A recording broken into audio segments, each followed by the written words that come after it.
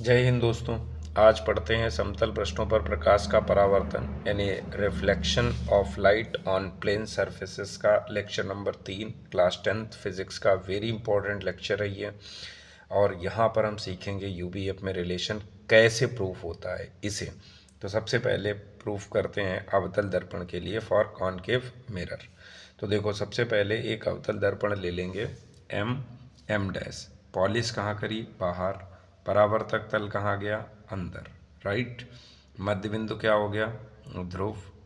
अब इस मध्य बिंदु और इस वक्रता केंद्र को मिलाने वाली रेखा मुख्य अक्ष होती है, आपको पता है। वस्तु को कहाँ रखा? अनंत तथा वक्रता केंद्र के बीच। ये वस्तु है ए बी। यहाँ से एक प्रकाश की किरण मुख्य अक्ष के समांतर आई, जो समांतर आएगी वो परावर्तित होकर फोकस से चली जाएगी। दूसरी प्रकाश की किरण वक्रता केंद्र से आई तो वक्रता केंद्र से ही वापस चली गई। राइट। दोनों प्रकाश की किरणें ए डैश बिंदु पर मिली, अर्थात ए डैश बी डैश वस्तु ए बी का एक प्रतिबिंब बन के तैयार हो गया। राइट। ये प्रतिबिंब बन के तैयार हो गया। अब देखो हमने क्या किया, आर आर बिंदु से एक लंब खींचा, ये एन। अब देखो ध्रुव से वस्तु तक की दूरी क्या हो जाएगी? यू। होगी क्या? माइनस। माइनस क्यों होगी? क्योंकि आप ध्रुव से इधर जा रहे हो, प्रकाश इधर जा रहा है तो दिशा उल्टी है, तो माइनस यू हो गई। ध्रुव से वक्रता केंद्र तक की दूरी क्या हो गई? वक्रता त्रिज्या हो गई। राइट। ध्रुव से प्रतिबिंब तक की दूरी क्या हो गई? माइनस वी हो गई। ध्रुव से फोकस तक की दूरी क्या हो गई? माइनस एफ हो गई। यहाँ तक की बात समझ में आ गई होगी। अब समझते हैं इसके आगे। और यहाँ पर आपको बहुत ध्यान से समझना है क्योंकि यहाँ पे बहुत सारे लॉजिक्स लिखे हुए हैं। देखो अगर हम लें ट्रायंगल कौन सा? ए सी बी, मतलब ए सी बी ये वाला ट्रायंगल लें। तो ए सी बी जब ट्रायंगल लोगे, ये वाला ट्रायंगल और ये वाला ट्रायंगल समरूप हैं, तो फिर क्या लिखोगे? ए डैश सी बी डैश, ये दोनों समरूप हो गए। समरूप त्रिभुजों में संगत भुजाओं का अनुपात समान होता है। तो इसकी इस वाले त्रिभुज की आपने भुजा लंब ली ए बी, तो इसकी भी लंब लेनी पड़ेगी ए डैश बी डैश। तो यही लिख लिया ए बी बटे ए डैश बी डैश। फिर इसका आधार ले लो ए सी और इसका आधार हो जाएगा सी बी डैश, तो ए सी बटे सी बी डैश हो जाएगा। फिर देखो त्रिभुज आर एफ एन ये वाला त्रिभुज तथा त्रिभुज A dash F B B dash, ये दोनों क्या हैं? समरूप हैं। तो समरूप होंगे तो वही बात, संगत भुजाओं का अनुपात फिर से समान हो जाएगा। तो आर एन बटे ए डैश बी डैश, देखो आर एन बटे A dash B dash equal to इसका आधार कितना है? एफ एन, तो एफ एन बटे इसका आधार कितना है? एफ बी डैश, तो एफ बी डैश आ जाएगा। अब देखो आर एन जो है वो किसके बराबर है? ए बी के, तो आर एन की जगह क्या लिख देंगे? A B. तो ए बी बटे A dash B dash equal to F N बटे एफ बी डैश। अब इस समीकरण 2 और समीकरण 1 की तुलना कराओ तो ये वाला और ये वाला कट जाएगा क्योंकि ये दोनों सेम है, बराबर है, एक जैसे हैं। तुलना में बराबर चीज़ें हट जाती हैं। तो जब तुलना कराई तो क्या मिल गया हमें? तुलना कराने से मिला ये, देखो तुलना कराते ही हमें मिल गया ये। समीकरण 1 2 की तुलना कराई तो आ गया आपके पास ए सी बटे C B dash equal to F N बटे एफ बी डैश। अब देखो दोस्तों जो एफ एन है, एफ से एन है त्रिभुज, उसमें देखो एफ एन जो है वो लगभग लगभग अगर द्वारक छोटा होता तो एफ ई के बराबर हो जाता। तो इस स्थिति में ए सी बटे C B dash equal to F N की जगह क्या हो जाएगा? एफ पी, तो एफ पी या पी एफ लिख दो बटे एफ बी डैश हो जाएगा। राइट। इसके मान कैसे कैलकुलेट करोगे इसे बहुत ध्यान से समझना। देखो ए से सी, तो ए से सी तक का मान हमें तो डायरेक्ट तो ए से सी तक का मान दिया नहीं है। तो जब ए से सी तक का मान डायरेक्ट नहीं दिया है तो निकालोगे कैसे? तो देखो पी से ए तक का मान पता है, राइट, और पी से सी तक का मान पता है। तो पी से ए, पी ए में से अगर पी सी घटा दें तो हमारे पास ए सी आ जाएगा। तो वही हमने किया क्या कि ए पी में से या पी ए में से PC सब्ट्रैक्ट कर दिया, राइट। तो हमारे पास आ गया AB। अब लिखा है CB डैश, तो देखो C से B डैश का मान डायरेक्ट तो दिया नहीं गया, तो क्या करो, PC में से PB डैश घटा दो। तो आपने PC में से PB डैश यहाँ घटा के लिख दिया। PF का मान डायरेक्ट दिया है तो लिख लेंगे ऐसे ही। फिर FB डैश का मान भी डायरेक्ट नहीं दिया है, तो क्या करो, PB डैश में से PF घटा दो। PB डैश में से PF घटाओगे तो आपके पास ये मान आ जाएगा। जब ये आ जाएगा तो अब आप मान रख लो। तो मान रख लोगे तो कैसे हल होगा, देखो A से P तक का मान कितना है, -U, तो यहाँ -U। P से C तक का मान कितना है, -R, तो -R लिख लिया। P से C -R, फिर PB डैश का मान कितना है, -V है, तो यहाँ हो गया PF यानी -F, और यहाँ PB डैश -V और PF का -F हो गया, राइट। -U ऐसे ही लिख लिया। यहाँ माइनस माइनस प्लस, R बराबर होता है 2F, तो यहाँ लिख लिया 2F, R बराबर 2F, तो 2F हो गया, माइनस माइनस प्लस हो गया, -F ऐसे ही लिख लिया, -V हो गया, माइनस माइनस प्लस हो गया, गुणा करा लो। -U -V प्लस का UV, -U प्लस का F माइनस का UF, अब प्लस का 2F माइनस का V, तो माइनस का हो जाएगा 2FV। यहाँ प्लस का 2F, यहाँ प्लस का F, तो प्लस प्लस तो प्लस ही रहेगा गुणे में, तो 2F स्क्वायर हो जाएगा, इक्वल हो जाएगा। यहाँ 2F माइनस का ये भी माइनस, तो प्लस हो जाएगा 2F स्क्वायर। यहाँ हो जाएगा प्लस का V, ये माइनस का F, तो क्या हो जाएगा, माइनस का FV। अब ये और ये क्या हो गया, कैंसिल आउट। जब कैंसिल आउट हो जाएगा तो बचेगा UV इक्वल टू, UV इधर ले लिया, ये ऐसे ही लिख लो, इसको उठाओ दूसरी साइड में ले जाओ, प्लस का हो जाएगा। ये उठाया दूसरी साइड में ले गए, प्लस का हो गया। तो 2FV में से एक FV घटाओगे तो FV आ जाएगा। तो UV बराबर क्या आ गया, FV प्लस UF। अब क्या करो, अब करो ये कि समीकरण के दोनों पक्षों में UVF से क्या कर दो, भाग। तो UV बटे UVF, FB बटे UVF, UF बटे UVF। यहाँ क्या क्या कट गया, U से U, B से B, तो आ गया 1/F। F से F कैंसिल, V से V कैंसिल, तो 1/U आ गया। यहाँ U से U और F से F 1/V आ गया। यही होता है UVF में संबंध। अब इस डेरिवेशन को आप अपने आप भी एक बार लगाओ तो आप सीख जाओगे। एक बार दो बार प्रैक्टिस करो। देखो, आप समझते हैं रेखीय आवर्धन यानी लीनियर मैग्नीफिकेशन क्या होता है। इसको रिप्रेजेंट करते हैं M से, M इक्वल टू I/O या -V/U होता है। क्या है, तो देखो रेखीय आवर्धन की डेफिनेशन लिखना, प्रतिबिंब की लंबाई तथा वस्तु की लंबाई का अनुपात क्या कहलाता है, रेखीय आवर्धन कहलाता है। M इक्वल टू प्रतिबिंब की लंबाई बटे वस्तु की लंबाई, राइट। इतना याद कर लेंगे, यही डेफिनेशन लिख के आएंगे, आपको नंबर पूरे मिलेंगे। अब देखो कैसे प्रूफ करेंगे कि ये फॉर्मूला आ जाए। तो देखो, अवतल दर्पण एक लिया MM डैश, राइट, इसका मध्य बिंदु हो गया ध्रुव, ये हो गया वक्रता केंद्र, दोनों को मिलाने वाली ये रेखा मुख्य अक्ष। यहाँ पर वस्तु ले ली AB, यहाँ से प्रकाश की किरण आई, मुख्य अक्ष के समांतर परावर्तित होकर फोकस से चली गई। ये वक्रता केंद्र से आई, परावर्तित होकर वक्रता केंद्र से वापस चली गई, मिले कहाँ पे, A डैश पे। तो A डैश B डैश प्रतिबिंब बन गया AB का, राइट। यहाँ से एक इस तरह से कंस्ट्रक्शन कर लिया। तो देखो ट्रायंगल कौन सा, APB, ये वाला ट्रायंगल, और A डैश PB डैश, ये दोनों क्या हो गए, समरूप हो गए। समरूप होंगे तो संगत भुजाओं का अनुपात समान होगा। तो देखो यहाँ पे, यहाँ ध्यान से समझना कि APB वही अभी जो बताया ना, APB ये वाला और A डैश PB डैश, ये दोनों क्या हो गए, समरूप हो गए। तो क्या हो जाएगा, AB मतलब इसका लंब बटे A डैश B डैश, इसका लंब ले लिया, राइट, परपेंडिकुलर ले लिया। फिर इसका बेस मतलब आधार AP और इसका आधार कितना है, B डैश P, तो B डैश P हो गया। इसको ऊपर कर दो, इसको नीचे कर दो, इसको ऊपर, A भी नीचे हो जाएगा। अब A dash B dash, A dash B dash, ये क्या है, प्रतिबिंब की लंबाई है, नीचे है मुख्य अक्ष से, इसलिए माइनस होगी, माइनस आई। फिर AB, AB कहाँ है, मुख्य अक्ष से ऊपर है, तो प्लस लेंगे, right, equal to B dash P, B dash P, यहाँ तक की दूरी क्या है, -V, तो -V ले लेंगे। फिर यहाँ तक की क्या है, अब देखो वस्तु क्या हो जाएगा, वस्तु है AP, तो यहाँ से यहाँ तक की दूरी क्या है, -U, तो यहाँ -U हो गए, माइनस से माइनस कैंसिल, तो माइनस आई अपॉन क्या आ गया, ओ आ गया। अब ये आई अपॉन ओ किसके इक्वल हो गया, वी अपॉन यू के इक्वल हो गया, राइट।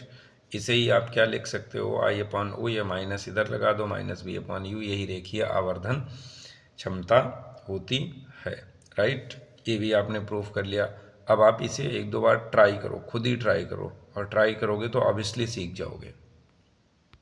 अब समझते हैं यूवीएफ में रिलेशन उत्तल दर्पण के लिए फॉर कॉन्वेक्स मिरर। तो एक उत्तल दर्पण ले लिया एम डैश, पॉलिश कहाँ करोगे, अंदर, ताकि परावर्तक तल कहाँ जाए, ऊपर, राइट। ये द्वारक और द्वारक का मध्यबिंदु ध्रुव, ये वक्रता केंद्र, मिलाने वाली ये रेखा मुख्य अक्ष। वस्तु को कहाँ रखा, ध्रुव तथा अनंत के बीच एक वस्तु ले ली ए बी। यहाँ से प्रकाश की किरण एक मुख्य अक्ष के समांतर गई, जो समांतर जाएगी वो फोकस से जाती हुई प्रतीत होगी, तो फोकस से जाती हुई प्रतीत हुई। दूसरी प्रकाश की किरण ऐसे आई ऐसे ही चली गई, तो इसका मतलब ये वक्रता केंद्र की ओर आती हुई प्रतीत हो रही थी, इसलिए परावर्तित होकर वक्रता केंद्र से ही जाती हुई भी प्रतीत होगी। मिलना कहाँ हुआ, ए डैश पे, तो ए डैश बी डैश वस्तु ए बी का क्या बन गया, आभासी प्रतिबिंब, राइट। ध्रुव से वक्रता केंद्र तक की दूरी आर हो जाएगी, ये प्लस की रहेगी क्योंकि आप उधर जा रहे हो जिधर प्रकाश है, प्रकाश की दिशा है, राइट। फिर पी से एफ तक की दूरी एफ हो जाएगी, पी से बी तक की दूरी वी हो जाएगी, बी डैश तक की दूरी वी हो जाएगी क्योंकि ये प्रतिबिंब की दूरी है। पी से बी तक की जो दूरी होगी वो माइनस यू हो जाएगी। ये इधर माइनस इसलिए है क्योंकि आप प्रकाश के आने के विपरीत जा रहे हो, राइट। अब देखो यहाँ पे बहुत ध्यान से समझना, क्योंकि मेन लॉजिक यहीं पर है। ए सी बी ये वाला ट्रायंगल, और ये वाला देखो A dash C B dash, ये दोनों ट्रायंगल, मतलब ये इतना और ये पूरा यहाँ से यहाँ तक इतना, ये दोनों क्या हैं, समकोणिक, मतलब समरूप हैं। तो संगत भुजाओं का अनुपात समान होगा, तो क्या हो जाएगा, ए बी बटे ए डैश बी डैश। फिर आधार ले लो बी सी, इसका आधार है बी डैश सी, बी डैश सी, तो यहाँ केवल सी लिखना, सी डैश मत लिखना। अब देखो triangle A dash F B dash तथा, अब देखो A dash F B dash, right, तथा आर एफ एन, ये क्या हैं, ये भी समरूप हैं, समकोणिक हैं। अब इनकी भी संगत भुजाओं का वही अनुपात समान होगा, तो क्या ले लेंगे, आर एन बटे A dash B dash, right, ये आ गया। फिर इसका आधार एन एफ और इसका आधार है बी डैश एफ, तो यहाँ लिख लिया। अब हमें मालूम है कि आर एन किसके बराबर होगा, ए बी के, तो आर एन की जगह लिख दिया ए बी बटे ए बी डैश, वो ऐसे ही रहा, एन एफ बटे बी डैश एफ। अब ये समीकरण 2, यानी समीकरण 2 और समीकरण 1 की क्या करा दोगे, इस समीकरण 2 और इस समीकरण 1 की क्या करा दोगे, तुलना। तो भैया ये वाला और ये वाला कट जाएगा, तो क्या आ जाएगा आपके पास, आपके पास आ जाएगा बी सी बटे B dash C equal to N F बटे बी डैश एफ। अब हमें मालूम है द्वारक छोटा होगा तो एन एफ पी एफ के इक्वल हो जाएगा, ये रख देंगे। अब बी सी का मान डायरेक्ट तो दिया नहीं गया, तो बी सी का मान हमें निकालना पड़ेगा। बी सी का मान कैसे निकालोगे, तो देखो बी सी को त्रिभुज में देखो, ये जो आपका ट्रायंगल दिया है, डायग्राम दिया है बी सी का मान, तो कैसे निकालोगे भैया बी सी का, यहाँ से यहाँ तक है, तो पहले चलो बी से पी तक का मान, तो ले लो बी से पी प्लस पी से सी, राइट, तो यही लिख देना है। जब ये लिखोगे तब आपके पास ये आ जाएगा, क्या, कितना आ जाएगा, ये आ जाएगा B P plus P C. ऐसे ही आप नीचे वाले को लिख लोगे बी डैश सी को, वहाँ से देख के लिखो P C minus P B dash, right, P F, ये ऐसे ही हो जाएगा। फिर बी डैश एफ को क्या लिखोगे, P F minus P B dash, right, diagram से देख के लिखोगे।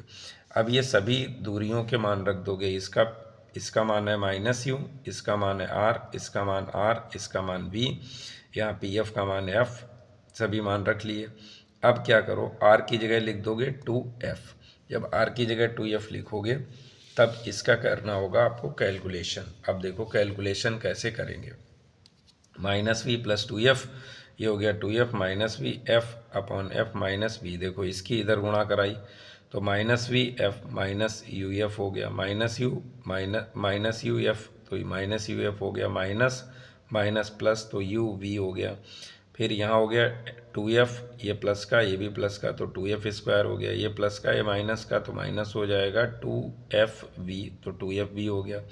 फिर इधर गुणा कराएंगे तो 2f स्क्वायर और यहाँ माइनस यहाँ प्लस, तो माइनस का एफ वी आ जाएगा। ये और ये कैंसिल आउट हो जाएंगे, तो बचेगा क्या, यू वी, और इसको लिखा ऐसे ही, इसको इधर ले गए प्लस का, ये इधर आया प्लस का, तो 2FB में से एक FB घट गया, तो क्या बचा, FB बचा प्लस का, क्योंकि ये बड़ी संख्या है। फिर समीकरण के दोनों पक्षों में UVF से क्या कर दिया, भाग, तो भाग करेंगे तो यहाँ क्या बचेगा 1/f, यहाँ बचेगा 1/u, और यहाँ बचेगा 1/v, और यही होता है UVF में रिलेशन, राइट। दोस्तों अब समझते हैं वेरी इंपॉर्टेंट कॉन्सेप्ट, क्या, प्रकाश का अपवर्तन यानी रिफ्रैक्शन ऑफ लाइट। क्या होता है रिफ्रैक्शन ऑफ लाइट, तो देखो, अगर माध्यम चेंज हुआ तो प्रकाश की चाल बदल जाएगी।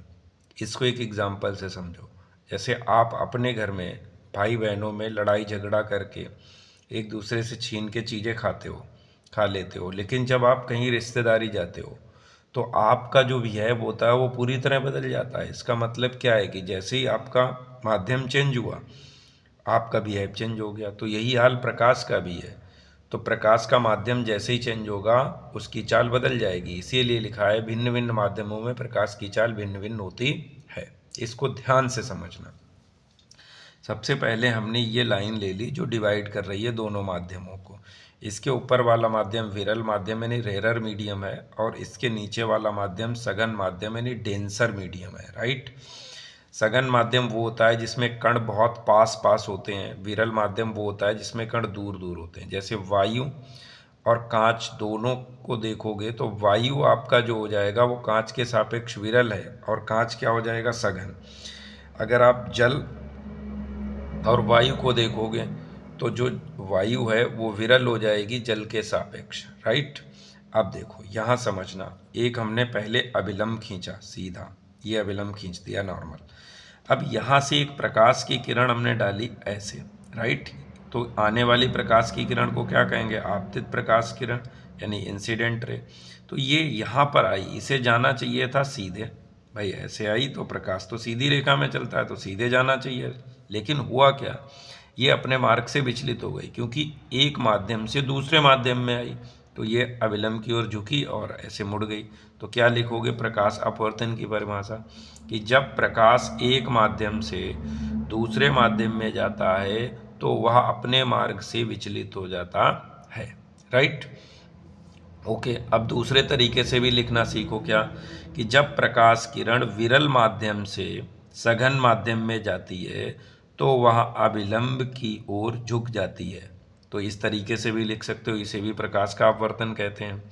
या तीसरा तरीका क्या है कि अगर प्रकाश किरण सघन माध्यम से विरल माध्यम में जाए तो अविलंब से क्या हो जाएगी, दूर हट जाएगी। तो कोई एक तरीका अपना लो और लिख डालो। उम्मीद है ये बात समझ में आ गई होगी। अब समझो, ये आपतित किरण है, ये अपवर्तित किरण है, यानी आपतित किरण और अभिलंब के बीच बनने वाला कोण आपतन कोण यानी इंसिडेंट एंगल कहलाएगा। ये अभिलंब और ये अपवर्तित किरण यानी रिफ्रैक्टेड रे है, इसके बीच में बनने वाला कोण क्या कहलाएगा, अपवर्तन कोण कहलाएगा। उम्मीद है यहाँ तक की बात समझ में आ गई होगी। अब दोस्तों समझना, अपवर्तन के नियम, लॉ ऑफ रिफ्रैक्शन क्या होता है। आपतित किरण, अपवर्तित किरण तथा आपतन बिंदु पर अभिलंब तीनों एक ही तल में होते हैं, ये नियम याद कर लो। दूसरा क्या है, किन्हीं दो माध्यमों के लिए आपतन कोण की ज्या तथा अपवर्तन कोण की ज्या का अनुपात सदैव नियत रहता है, यही स्नेल का नियम है। n = sin i upon sin r हो जाएगा। इसे कैसे पढ़ोगे, तो इसे पढ़ोगे पहले माध्यम के सापेक्ष दूसरे माध्यम का अपवर्तनांक बराबर पहले माध्यम में प्रकाश की चाल तथा दूसरे माध्यम में प्रकाश की चाल। इसे लिख सकते हो n2/n1, राइट। अब देखो अपवर्तनांक क्या होता है, रिफ्रैक्टिव इंडेक्स क्या होता है। बहुत लोग ये रिफ्रैक्टिव इंडेक्स नहीं समझ पाते हैं दोस्तों, तो आपको बहुत ध्यान से समझना है। निरपेक्ष अपवर्तनांक ऑब्सोल्यूट रिफ्रैक्टिव इंडेक्स और सापेक्ष अपवर्तनांक यानी रिलेटिव रिफ्रैक्टिव इंडेक्स। यहाँ क्या होता है, तो बताओगे कि निर्वात में प्रकाश की चाल तथा माध्यम में प्रकाश की चाल का अनुपात निरपेक्ष अपवर्तनांक कहलाता है। फिर से समझो, निर्वात में प्रकाश की चाल तथा माध्यम में प्रकाश की चाल का अनुपात निरपेक्ष अपवर्तनांक कहलाता है। सापेक्ष में आ जाओ, पहले माध्यम के सापेक्ष दूसरे माध्यम का अपवर्तनांक पहले माध्यम में प्रकाश की चाल तथा दूसरे माध्यम में प्रकाश की चाल के बराबर होता है। आगे चलो, 1 और 2 को अगर अपॉन में लिखोगे, मतलब ये उत्क्रमणिता का नियम है ना, प्रकाश उत्क्रमणिता को फॉलो करता है, तो 1 और 2 को क्या लिख सकते हो, 1/2n1। ऐसे ही क्या लिखोगे, वायु के सापेक्ष कांच का अपवर्तनांक बराबर क्या लिख सकते हो, 1 कांच के सापेक्ष वायु का अपवर्तनांक। अगर 3 माध्यम है तो 3 माध्यमों में कैसे संबंध लिखोगे, जैसे मान लो यहाँ एयर है वायु, ग्लास कांच और ये डब्लू वाटर है, तो ANG। अब ANG में कौन सा नहीं दिया है, तो W नहीं दिया, W को पकड़ लो, WNG बटे WNA। ऐसे ही यहाँ WNG है तो क्या नहीं दिया, A नहीं दिया, तो A को पकड़ लो, ANG बटे ANW हो जाएगा। बस ऐसे ही रिलेशन समझ लेना है। देखो दोस्तों समझो, अपवर्तन का कारण, causes of refraction. Causes of refraction क्या है, अपवर्तन का कारण क्या है। कारण सीधा है, जैसे आप अब अपने घर से दूसरे के घर गए थे तो वहाँ हेजिटेशन फील हो रही थी ना, वहाँ आपको शर्म लग रही थी। वैसे ही क्या होता है कि जब प्रकाश एक माध्यम से दूसरे माध्यम में गया तो उसका भी मार्ग बदल जाता है। तो मार्ग बदलने की वजह से क्या होता है, प्रकाश का अपवर्तन होता है। तो माध्यम परिवर्तन से प्रकाश की चाल क्या होती है, बदल जाती है। तो भैया प्रकाश की चाल बदल जाएगी तो अपवर्तन जरूर हो जाएगा, राइट। अब समझते हैं प्रकाश के अपवर्तन के कुछ व्यवहारिक उदाहरण, some practical examples of refraction of light. तो जैसे सिक्का है, सिक्का आपने मान लो कांच के ग्लास में पड़ा देखा, तो वो सिक्का दोस्तों आपको बॉटम से ऊपर उठा हुआ दिखाई देगा। कारण उसका यही है कि जब आप तो खड़े हो वायु में और देख रहे हो पानी में, तो प्रकाश तो एक माध्यम से दूसरे माध्यम में जा रहा है ना, तो प्रकाश का मार्ग तो बदल जाएगा, प्रकाश अपने मार्ग से विचलित हो जाएगा, जिस वजह से सिक्का आपको वहाँ नहीं दिखेगा जहाँ पर है। तारे टिमटिमाते हुए दिखते हैं, किसकी वजह से, अपवर्तन की वजह से। अगर आप पृथ्वी से ऊपर जाते हो तो अपवर्तनांक क्या होगा, घटेगा, जिसके कारण प्रकाश में बार बार क्या आएगा, अपवर्तन आएगा। इसीलिए सूर्य उदय और अस्त होते समय कैसा दिखता है, लाल रंग का दिखता है। फिर अर्थ पे n का मान अधिक होता है, ऊपर जाने पर n का मान घट जाता है, तो ये चिन्ह आपको क्या बता रहा है, घट जाता है मान। अब अगर घट जाएगा तो क्या होगा, तो देखो, तो सूर्य हुआ, वायुयान हुआ, चंद्रमा हुआ, अपनी वास्तविक ऊंचाई से अधिक ऊंचाई पर दिखाई देते हैं। ये जितने ऊंचे हैं उतने ऊंचे दिखाई नहीं देते हैं, राइट, बल्कि उससे हमें क्या होते हैं, ज़्यादा ऊंचे दिखाई देते हैं। यही हाल अमीरी और गरीबी का है। गरीब को लगता है ये बहुत अमीर है, बल्कि वो बहुत अमीर नहीं है, जितना उसे लगता है उतना वो अमीर नहीं है, राइट। अब देखो, जल में क्या होता है कि जल में जैसे मछली है, तो आपने जल में मछली देखी, आपने हाथ डाल दिया, अब आपने हाथ डाला तो वहाँ मछली मिली नहीं। इसका मतलब क्या है कि आप जो वायु से देख रहे थे ना जल में, जिस वजह से मछली आपको वहाँ पर दिखी ही नहीं जहाँ पर वो थी, राइट, वो दिखी दूसरी जगह पर, राइट। तो इसका मतलब है वहाँ पे दो तरीके की गहराई होती है, एक वास्तविक गहराई और एक आभासी गहराई। वास्तविक वो है जहाँ मछली है और आभासी वो है जहाँ आपको दिख रही है, राइट। अब समझते हैं लेंस। लेंस क्या होता है, तो देखो दोस्तों, लेंस होता है पारदर्शी माध्यम जिसके आर पार हम देख सकते हैं। हम क्या मतलब, प्रकाश जिसके आर पार चला जाएगा तभी तो देख पाओगे, जब तक प्रकाश नहीं जा पाएगा तब तक क्या देखोगे। तो देखो, उत्तल लेंस क्या होता है, कॉन्वेक्स लेंस वो होता है, जैसे आप पेड़ की पत्ती देखते हो तो बीच में क्या होती है, चौड़ी होती है ना, किनारों पर पतली होती है, बस। तो उत्तल लेंस बीच में क्या होगा, मोटा होगा, और किनारों पर क्या होगा, पतला होगा। इस दोनों सिरे इसके क्या हैं, उत्तल हैं, मतलब उभरे हुए हैं, इसलिए इसे क्या कहेंगे, द्विउत्तल लेंस, मतलब बाई कॉन्वेक्स लेंस कहेंगे। अगर बात करें अवतल की यानी कॉनकेव लेंस की, तो इसमें क्या होगा, ये कैसा होगा, शंकर भोले का डमरू समझ लो। ये क्या होगा, बीच में क्या होगा, पतला, और किनारों पर क्या होगा, मोटा, राइट। इसे कहेंगे बाई कॉन्वेक्स लेंस, मतलब द्विअवतल लेंस। समझ गए ना यहाँ तक की बात। अब समझते हैं उत्तल लेंस यानी कॉन्वेक्स लेंस। तो उत्तल लेंस दोस्तों तीन प्रकार के होंगे। देखो, एक तो वो होगा जिसके दोनों सिरे, अब तो लाइट ही चली गई है, अब अगला लेक्चर इसके आगे अगले दिन आएगा, तब तक आप इतना ही रिवाइज करो, इसी की प्रैक्टिस करो। जय हिंद। और चैनल को शेयर और लाइक और कमेंट करो कि आपको समझ में आया या नहीं।